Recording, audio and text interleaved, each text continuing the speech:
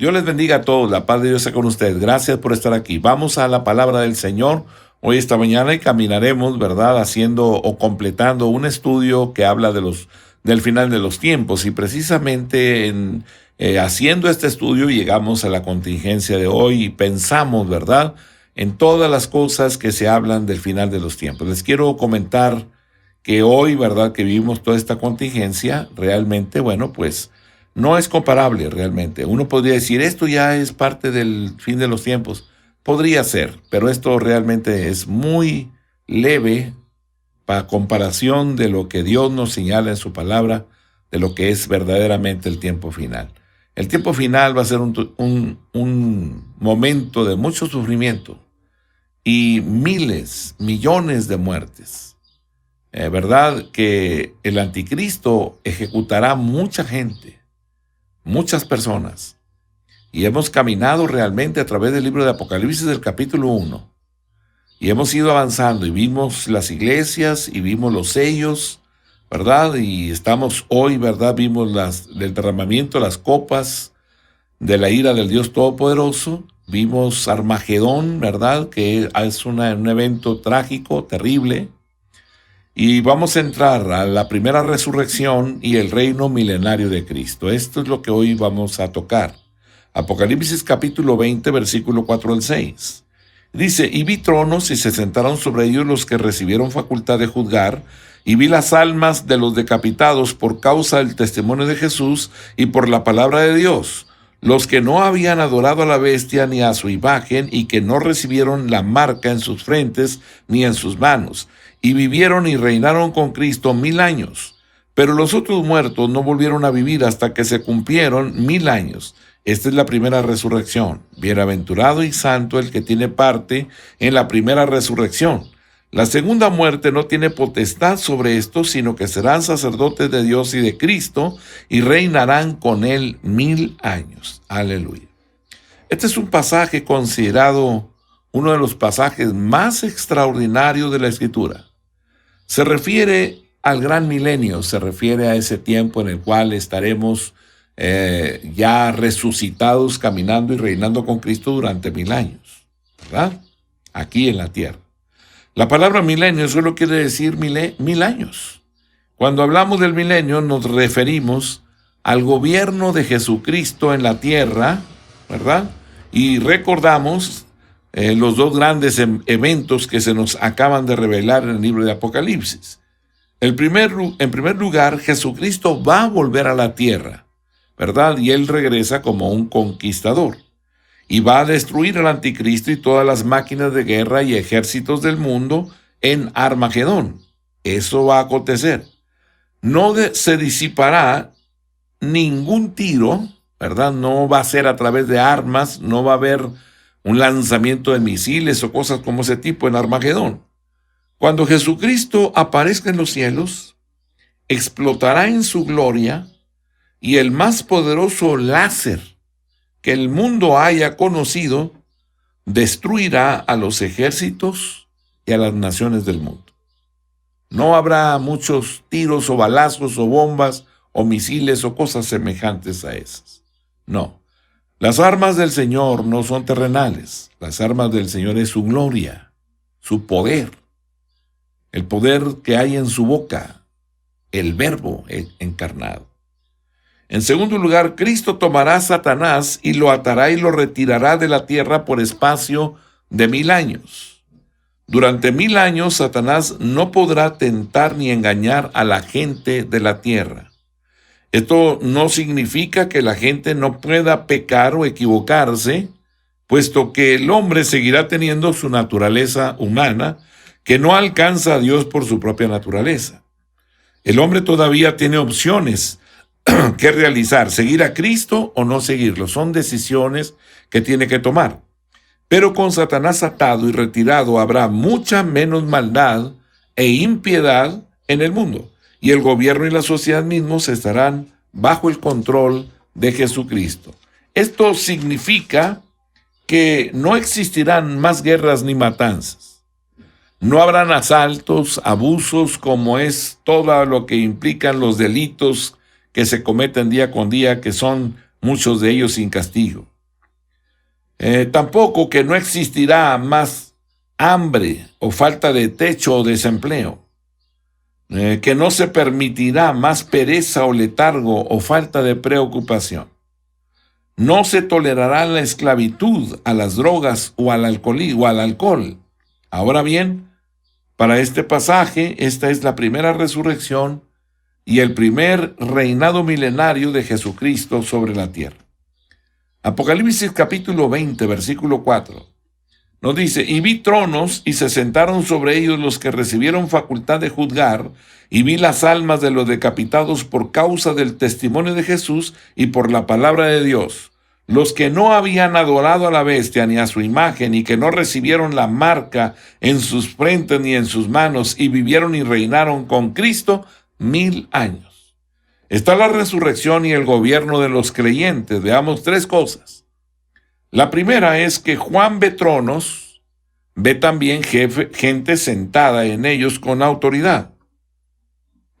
Para juzgar y gobernar, también ve a los millones de creyentes que fueron martirizados durante la tribulación, los que fueron muertos para dar testimonio de Jesús y su posición ante la palabra de Dios, y los que se negaron a adorar y a recibir la marca del anticristo.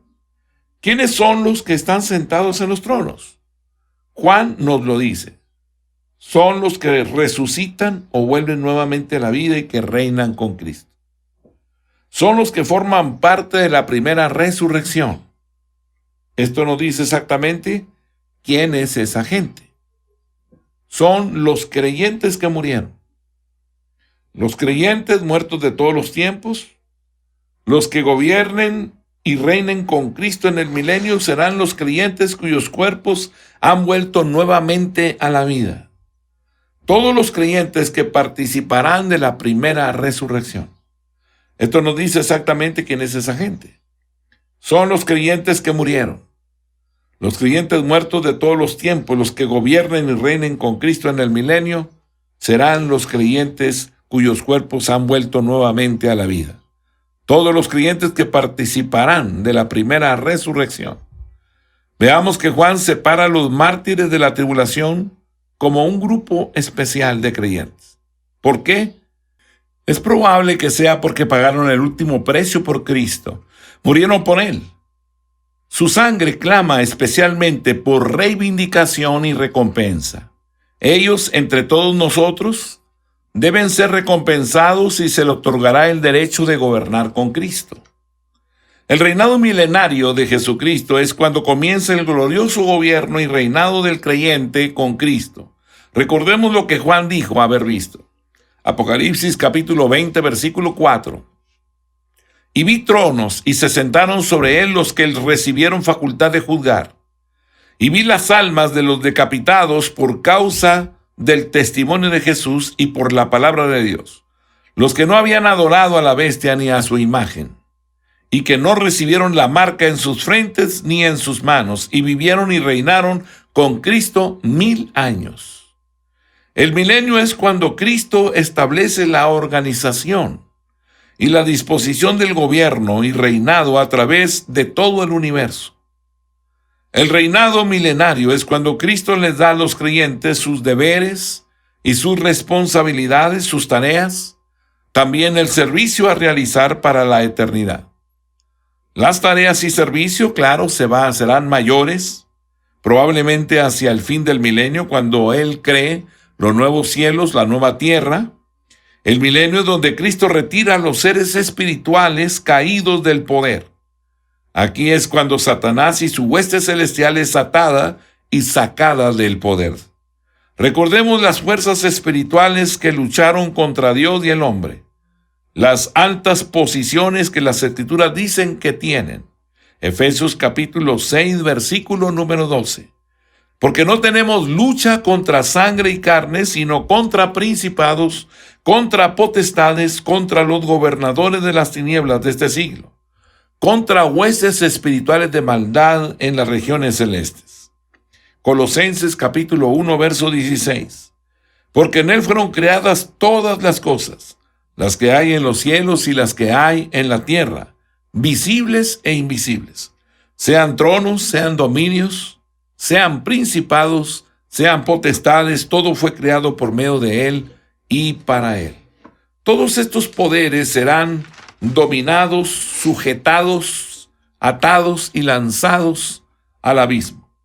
Como ya se dijo, aquí es cuando Jesucristo destrona a Satanás y a su hueste celestial. Es triste ver a tantos hombres, ¿verdad?, cayendo en la mentira y en la seducción del adversario, del enemigo. Vemos la esclavitud en aquellos que se invierten en el alcohol, en las drogas, que se invierten en pasiones vergonzosas, aquellos que violentan las normas de Dios. ¿Cómo escapar de ahí? Solamente Jesucristo tiene el poder para hacerlo.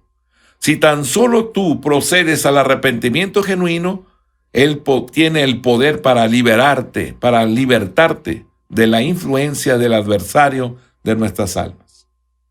Decíamos que ya se dijo aquí que Jesucristo destrona a Satanás y a su hueste celestial. Apocalipsis 20, versículo 1 al 3. Vi a un ángel que descendió del cielo con la llave del abismo y una gran cadena en la mano, y prendió al dragón, la serpiente antigua, que es el diablo y Satanás, y lo ató por 1000 años, y lo arrojó del abismo, y lo encerró y puso sus sellos sobre él, para que no engañase más a las naciones hasta que fuesen cumplidos 1000 años.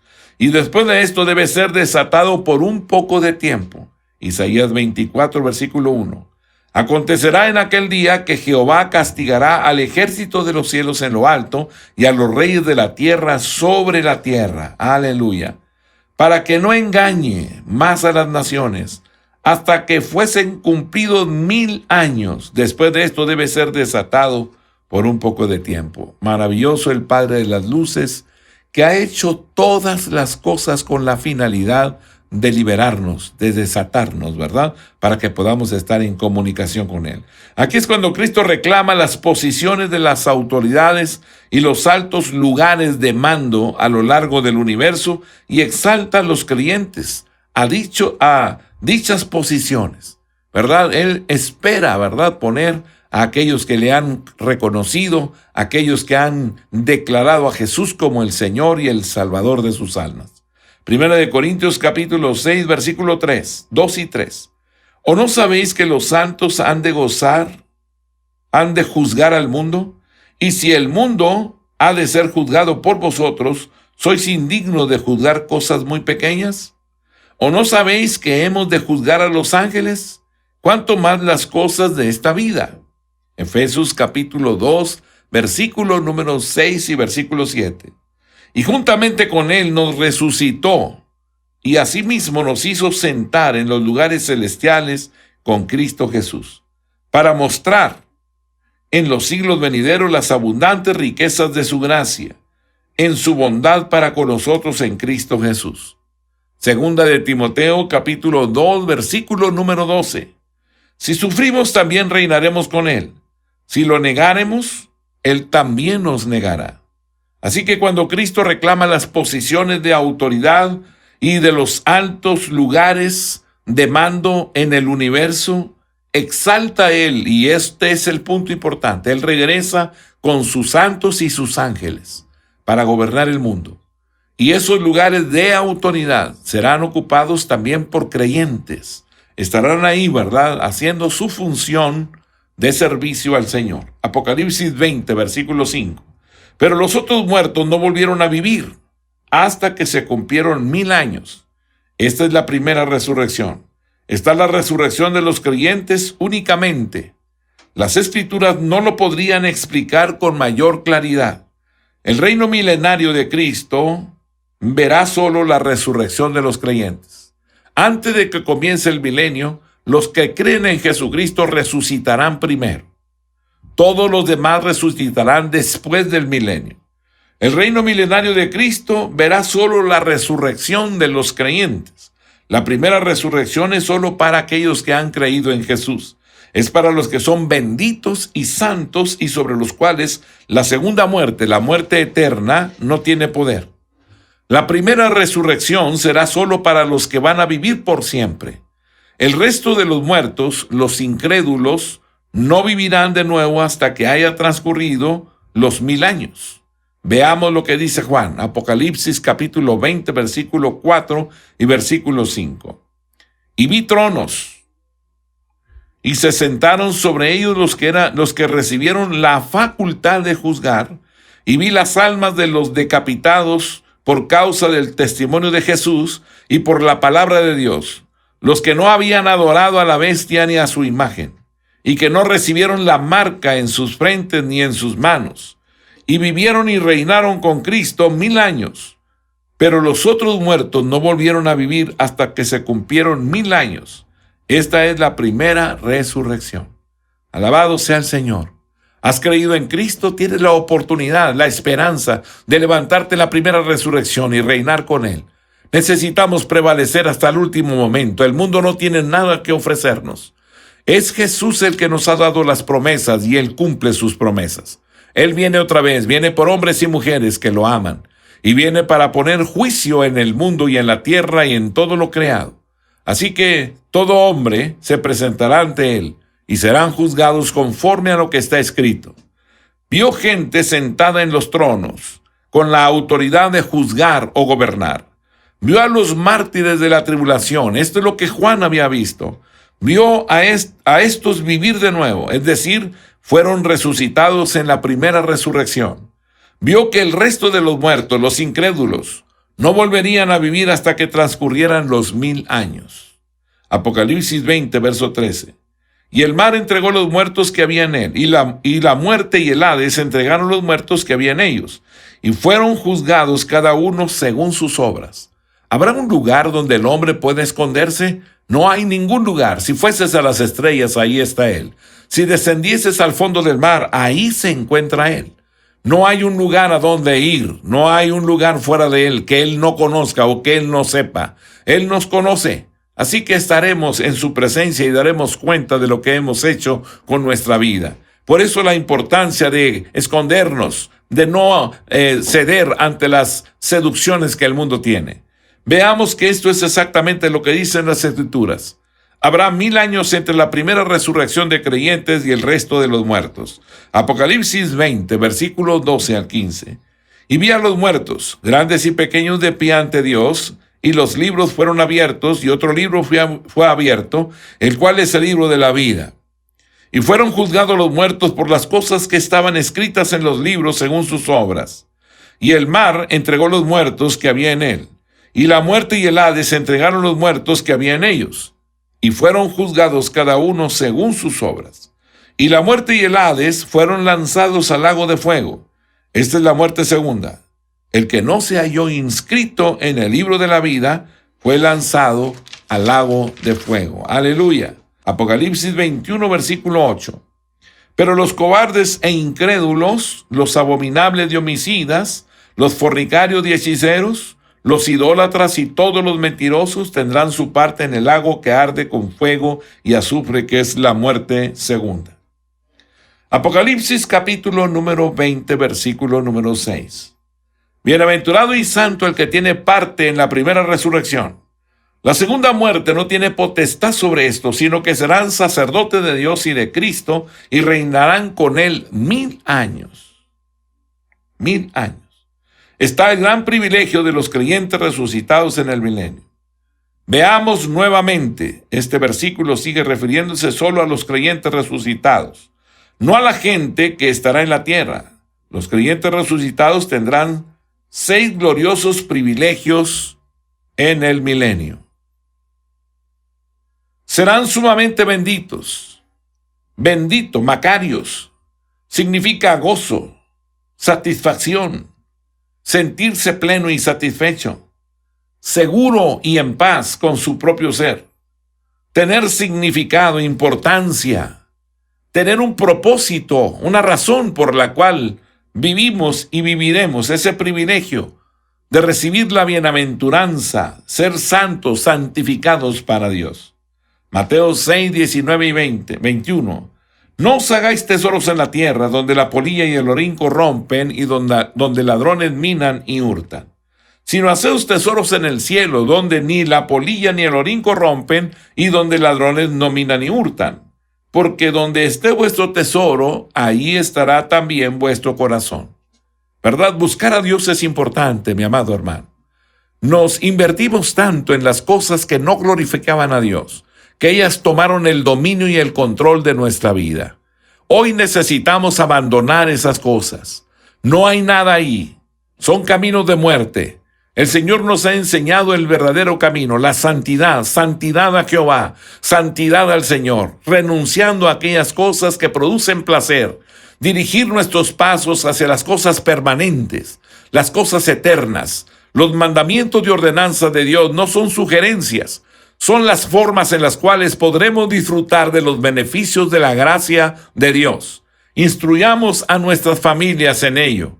Si nos invertimos en esto, entonces no tendremos ningún temor de que podamos desviarnos o de que algo pudiera ofrecernos algo más grande de lo que ahora conocemos. Conocemos a Jesucristo, conocemos al Señor, y Él es el Rey, el soberano, el eterno, el exaltado, el omnipotente Dios.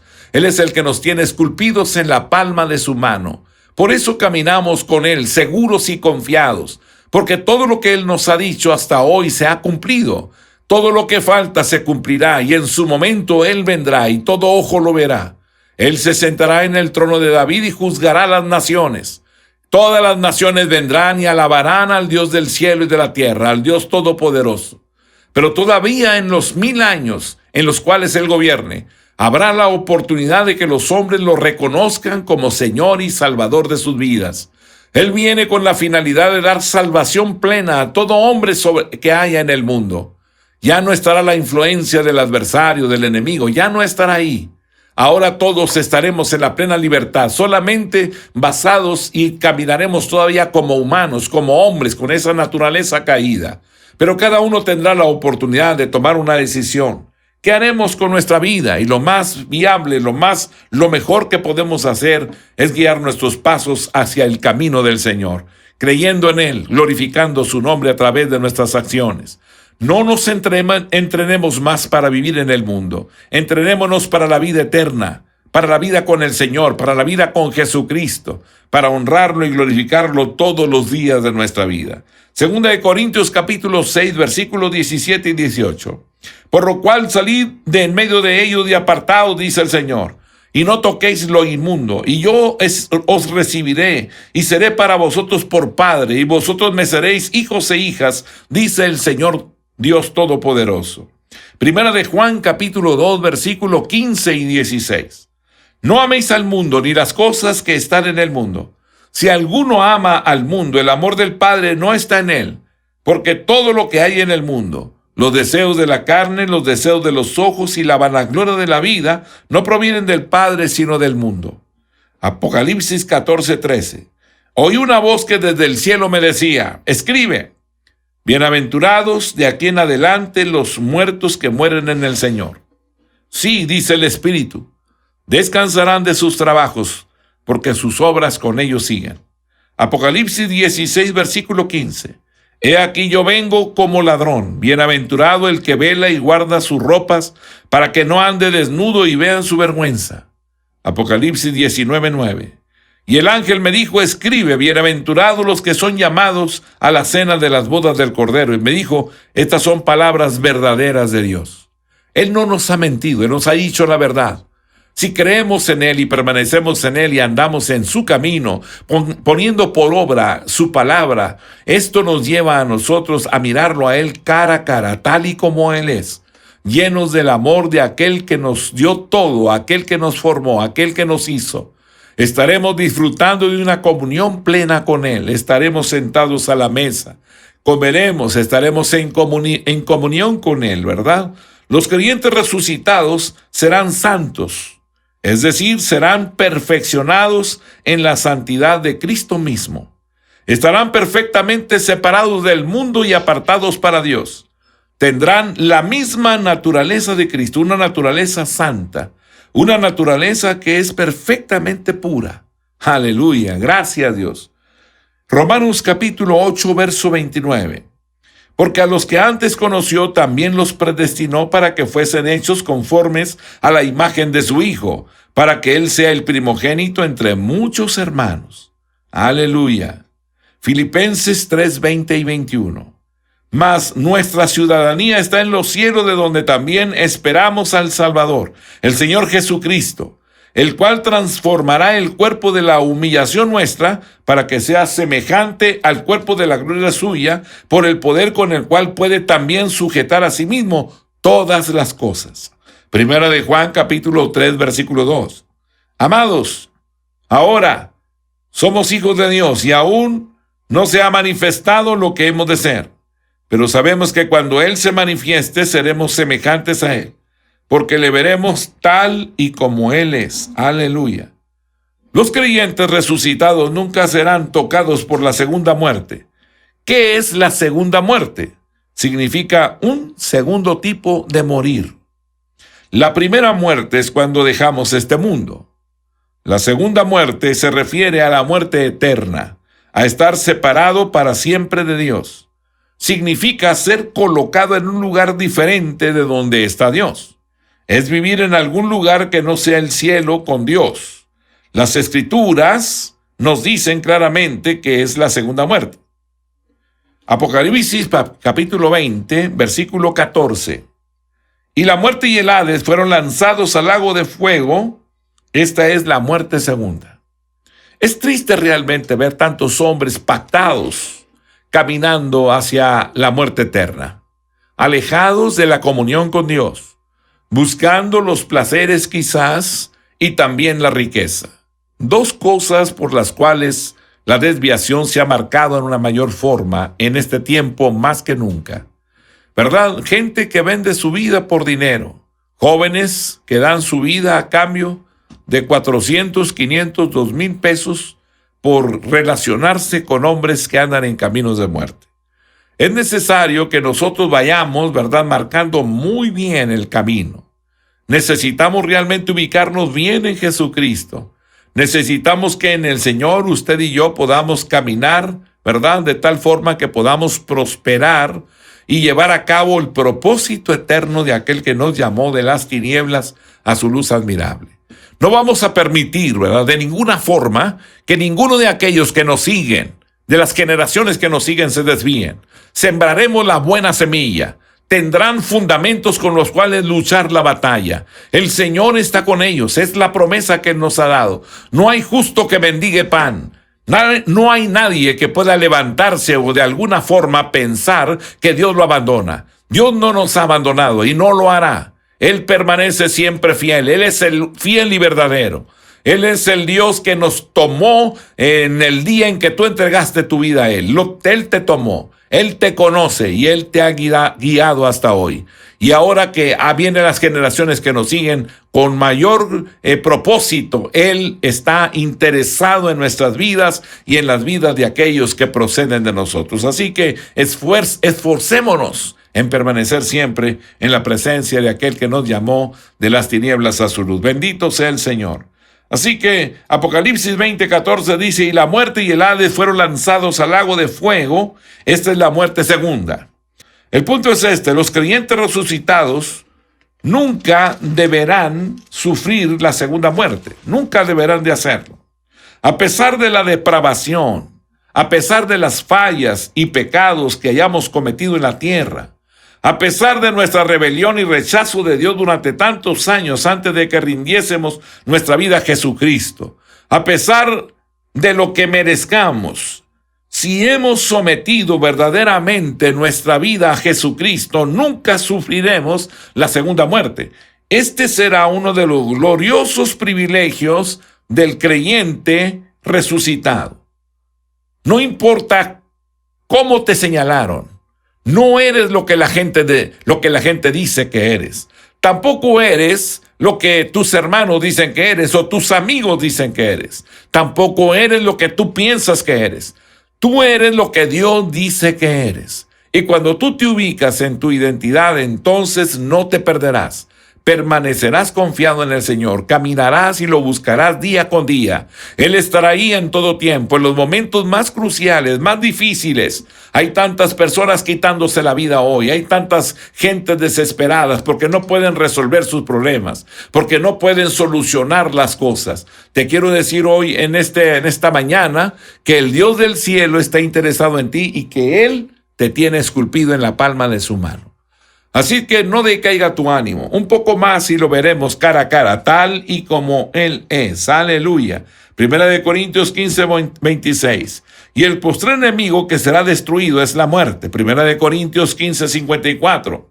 Y cuando esto corruptible se haya vestido de incorrupción, y esto mortal se haya vestido de inmortalidad, entonces se cumplirá la palabra que está escrita: sorbida es la muerte en victoria. Segunda de Timoteo, capítulo 1, versículo 10. Pero que ahora ha sido manifestada por la aparición de nuestro Salvador Jesucristo, el cual quitó la muerte y sacó a luz la vida y la inmortalidad por el Evangelio. Aleluya. Se abra el entendimiento nuestro y podamos comprender lo que Él nos dice, el cual quitó la muerte y sacó a luz la vida y la inmortalidad por el Evangelio. Me ha tocado ver transformaciones instantáneas. Me ha tocado ver hombres caer al piso, ¿verdad?, arrepentidos de haber vivido una vida equivocada. Y te quiero decir hoy, Él no ha cambiado, Él es el mismo. Él santifica la vida de todo aquel que cree en Él. Apocalipsis 21:4. Enjugará Dios toda lágrima de los ojos de ellos, y ya no habrá muerte, ni habrá más llanto, ni clamor, ni dolor, porque las primeras cosas pasaron. Isaías 25, versículo 8. Destruirá la muerte para siempre, y enjugará Jehová el Señor toda lágrima de todos los rostros, y quitará la afrenta de su pueblo de toda la tierra, porque Jehová lo ha dicho. No importa cuál sea tu historia, dónde comenzaste tu decadencia, no importa las cosas más terribles que hayas hecho. La sangre de Cristo derramada en la cruz del Calvario tiene el poder para limpiarnos de toda maldad, de todo pecado, destruir la obra que el diablo había iniciado en nuestras vidas. Se terminó. Ahora nos levantamos para glorificar y exaltar al Dios del cielo, al Todopoderoso, al Creador de lo visible y de lo invisible, al que hace maravillas, al que santifica nuestras vidas. A Él adoramos hoy. El creyente resucitado servirá como sacerdote de Dios y de Cristo. Esto significa que los creyentes tendrán el mismo derecho que tienen ahora sobre la tierra. El derecho de ingresar a la presencia y de Cristo cuando lo necesiten. No habrá necesidad de que haya un mediador entre Dios y el creyente, como ya se ha dicho, será justo como es ahora en la tierra, salvo que estaremos de pie, cara a cara con Dios y Cristo, mientras que ahora nos acercamos a ellos mediante oración y pensamiento. Primera de Pedro capítulo 2, versículo número 5. Vosotros también, como piedras vivas, sed edificados como casa espiritual y sacerdocio santo, para ofrecer sacrificios espirituales aceptables a Dios por medio de Jesucristo. Apocalipsis 1, verso 6. Y nos hizo reyes y sacerdotes para Dios su Padre. A Él sea gloria e imperio por los siglos de los siglos. Amén. El creyente resucitado reinará y gobernará con Cristo. Apocalipsis 14, versículo 13. Oí una voz que desde el cielo me decía: escribe, bienaventurados de aquí en adelante los muertos que mueren en el Señor. Sí, dice el Espíritu, descansarán de sus trabajos porque sus obras con ellos siguen. El creyente resucitado servirá bajo el gobierno de Cristo. ¿De qué hablamos hoy? Hablamos del Señor, del Dios eterno y poderoso, el cual nos ha prometido que si crees en Jesucristo estás listo y preparado para ir ante Él, levantarte en la primera resurrección por cuanto has creído en Él. Este es el tiempo, es el momento más preciso. Es el momento más especial en el cual Él, antes de que estas cosas pasen, está hablándole al mundo entero. ¿Qué le está diciendo? Te amo. Quiero que estés conmigo para siempre. Te crié para que vivas, no para que te desvíes. No para que sufras, no te hice para eso. Tampoco te hice para que abandonaras o vivieras irresponsablemente. Te di normas, reglas, disciplinas, porque deseo que disfrutes la vida abundante que yo te he dado. A veces caminamos buscando llenarnos de algo y pensamos equivocadamente que esas cosas que nos llenan se encuentran fuera de Dios. Ese es el engaño del enemigo, del adversario. Él no nos hizo. No le pertenecemos. No fuimos creados por Él. Él es un ser creado.